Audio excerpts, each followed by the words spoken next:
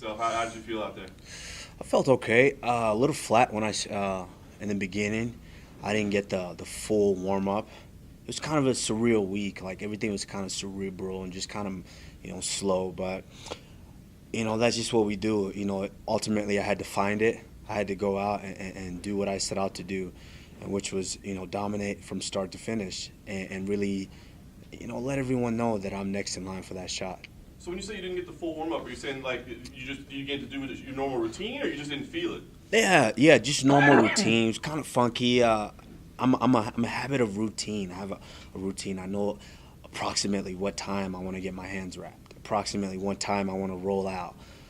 Time I want to start stretching. Then I start rolling a little bit, and start wrestling, and then start throwing hands and hitting mitts, and it happens like this in other organizations where there's not a time limit.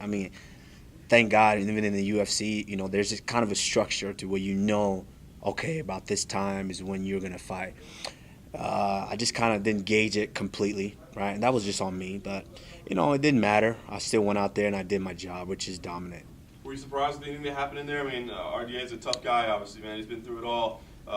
Surprised with anything, how it played out? Absolutely, I was surprised with how tough he was.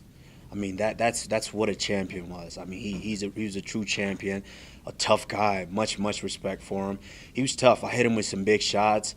I hit him with some shots that normally hurt him, and you could tell that since he put on that weight and went up to welterweight, he's definitely he can take a little bit more shots.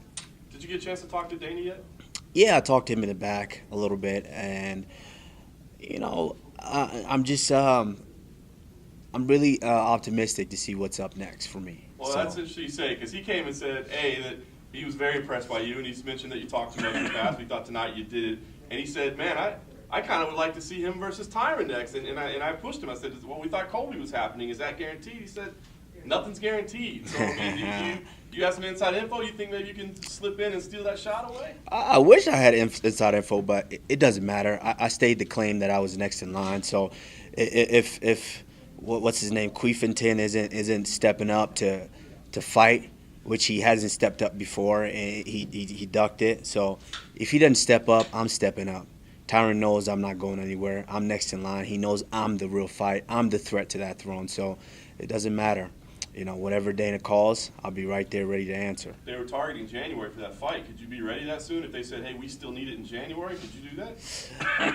I'll be ready next week if they need me. I'll just go in there and jump in the hot tub, ice whatever I need to ice, and I'll be ready next week. So it doesn't matter. They call, I'll be ready. What if they ever wanted you to be a backup again? Fuck that.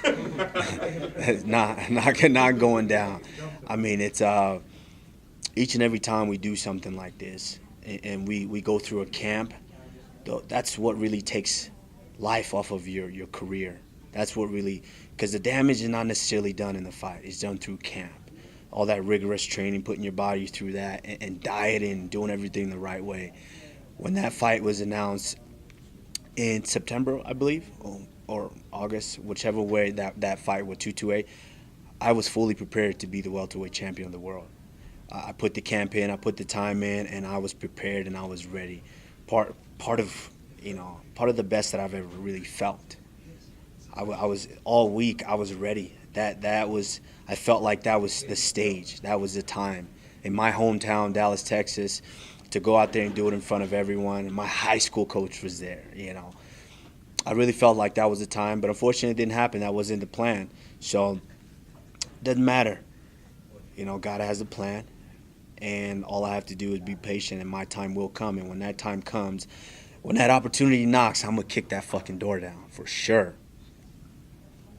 Kind of smiled about it after it happened, but when he caught you at that up kick after it, I think he smiled about it after the round, but how bad did that sting you? That jolt you a little bit? It didn't really sting me. It's just kind of, the reason I smile, and I know some guys smile or they react a certain way when they get hurt with a shot.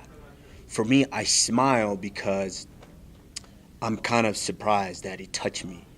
Surprisingly enough, I don't get hit with a lot of shots because I take him in the room to where my vision is so good to where I see the shots. Even though it seems like it hit me, nothing really hits me clean.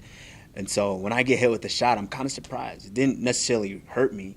It was just like, oh, he fucking hit me with that shot. So, it's also I kind of give him a little smile just to let him know, yeah, you did hit me, but I'm not going anywhere. I'm still here.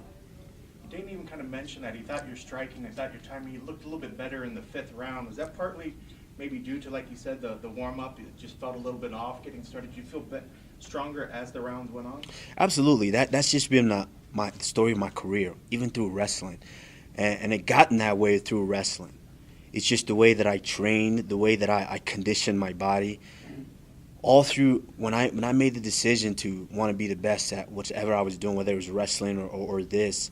It's funny when you go into when we're training and I'm doing my strength and conditioning or when I'm lifting, you start out you're kind of cold initially. So I'm lifting. Let's say you're doing bench press. I start out 225, but then guess what? The weight goes up. I put more on. I put more on. I put more on. And the reason I do that is so I can condition my body to be stronger as I go on. And that transcended through all my career.